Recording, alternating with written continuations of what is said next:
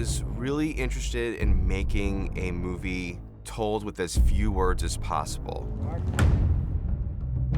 Just a very cinematic visual experience, elemental, something very man versus nature. On paper, this is a story about a young woman who wants to be a warrior. And she's facing many oppositions. Why do you want to hunt? Because you all think that I can't. But it's much more than that. I saw a sign in the sky. When I first saw the very first film, I would have never thought that as a Native American Comanche, my culture could ever collide with such a franchise in a film. Cut. Cool. One of the things that was so exciting about the original Predator was that it was at the very beginning of the hybridization of genres. It was a horror movie and an action movie. Go. Whoa! Oh my God. I tracked down a writer I'd always wanted to work with, Patrick Asen, who had the sci-fi chops and the inventiveness paired with period and research. We sort of collaborated pretty intensively together on it. We hired a woman named Juanita Pataponi, who's a Comanche consultant, and she was near tears after reading it because there just hadn't ever been a movie that functioned this way. Not just featuring Native Americans, but having them at the lead of the movie. What are you doing here? Searching for you. Your brother sent us to bring you home. It's a waste of time. I agree. Cut. Every department, there were Native American or First Nation crew members so that we were all making the movie together. Action, guys, what's up? He's down. Stay down. Nada is a young woman in the Comanche camp. She is a fighter, she is strong. Her wants are quite different, I think, than other people would assign to her or imagine for her. Amber Midthunder is amazing. She plays our lead character, who is Nadu, and Nadu means fight in Comanche. She's great at everything she does, not just the normal day-to-day life of a Comanche woman, but as a Comanche woman warrior. Amber is incredibly physically capable and also such a gifted actor in being able to tell a story non-verbally. She can express so much with her eyes. I think she really was able to embody this character in this historical setting that feels immediately relatable to us. All right. That's great. Well done. Great job.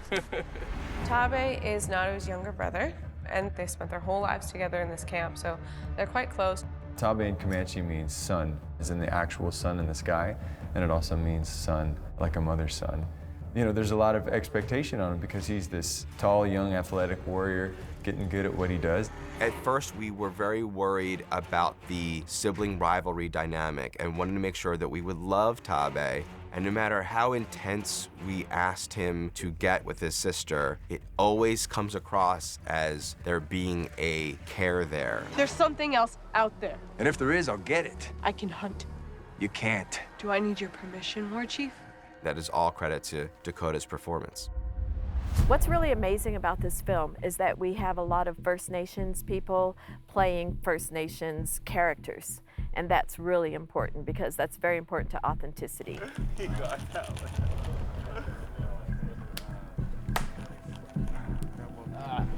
one. The tribe is truly a tribe. You see how everybody works together.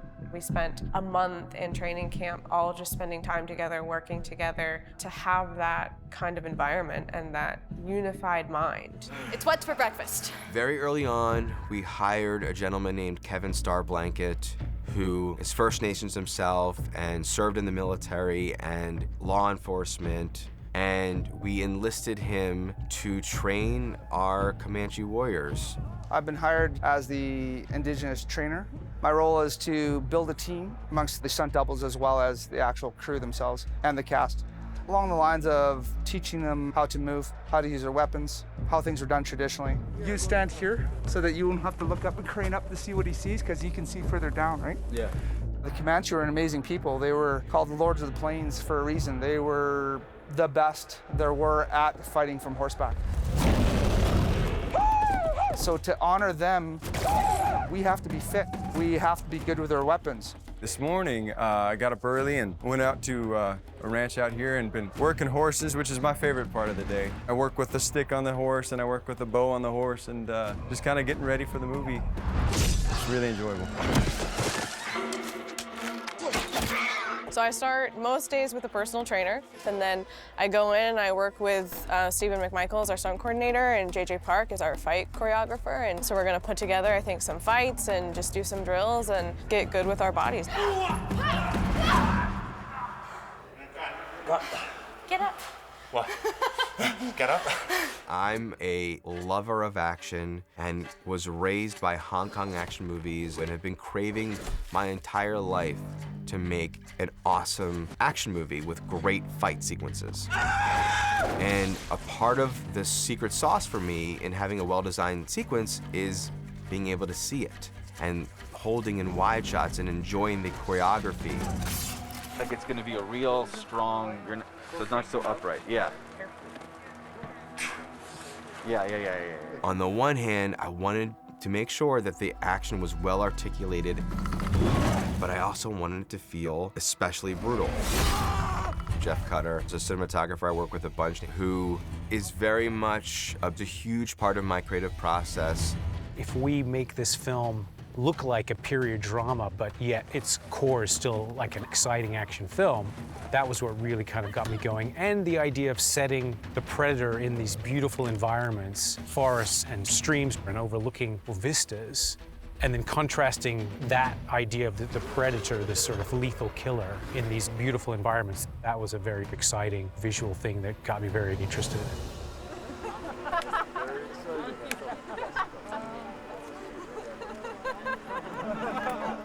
One of the most exciting things for me in the movie, we actually found our composer, Sarah Schachner, through playing video games.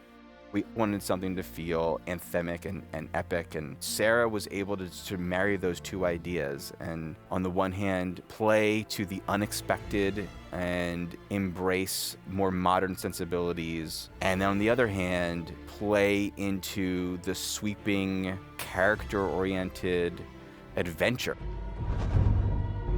And then, of course, figuring out a way to incorporate the original iconic Alan Silvestri theme, but through Sarah's lens and disguising it in her super intense cellos.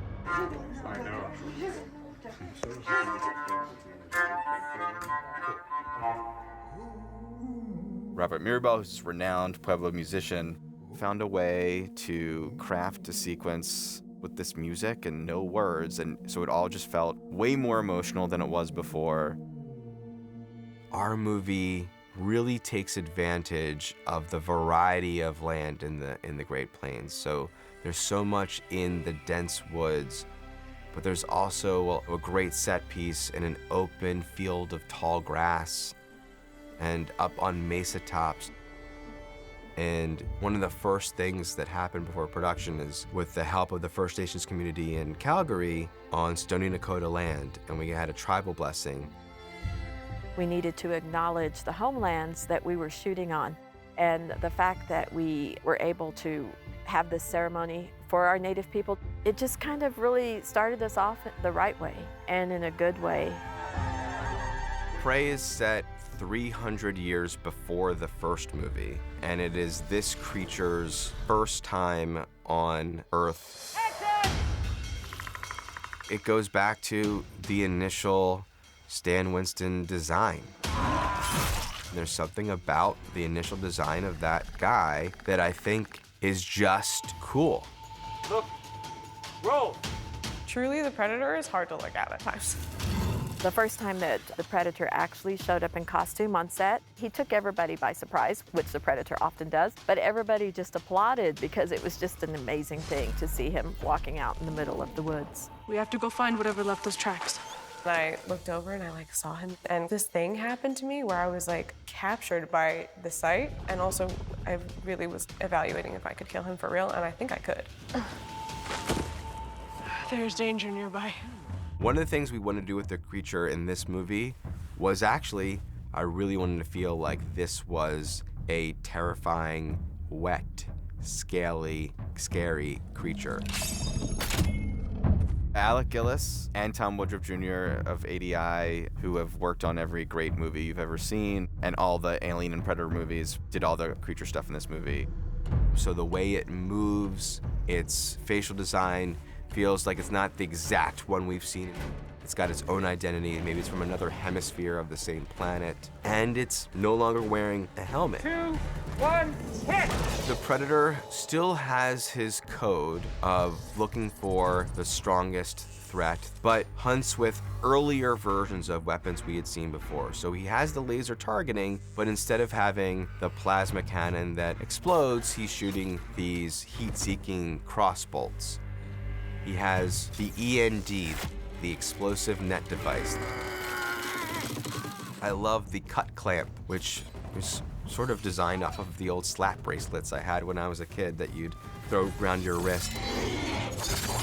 The shield was the most exciting thing for me. I love the idea, the way the shield unfolds as a defense mechanism, and then he cleverly uses it in ways for offense as well.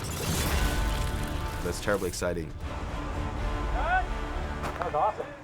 And I love the idea that this movie could be aspirational as well as intense and suspenseful and terrifying.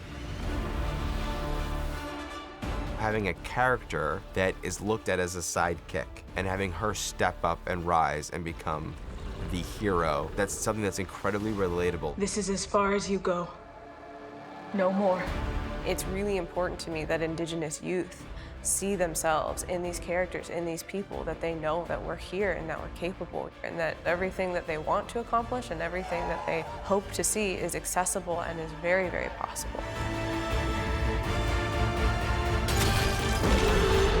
I'm ready.